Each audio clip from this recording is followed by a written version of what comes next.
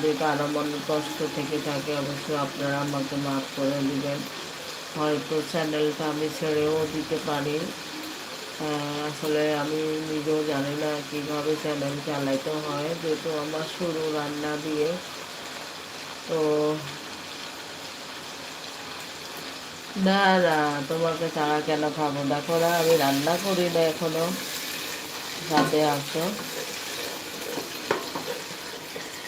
তো চ্যানেলটা ছেড়ে দিব, বুঝছো? আমার আর ভালো লাগে না, কেননা সংসারের ব্যস্ততা, ছেলে মেয়ে পড়ানো থেকে শুরু করে সব কিছু ঠিক করে সব কিছু মিলে আমাকে ম্যানেজ করতে হয়, কিন্তু আসলে আমি ম্যানেজ করতে পারতেছি না।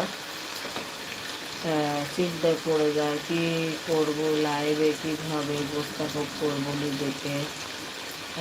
আসলে আমি আমার পেজ দেখাতে চাই না। আমি আসলে মুসলমান হয়ে আরেক মুসলমানকে কেন পেজ দেখাতে বলে? তো তো আমার মনে হয় আমার পেজ তোমরা দেখো না, কোনো এক সময় হয়তো দেখতে পাবা।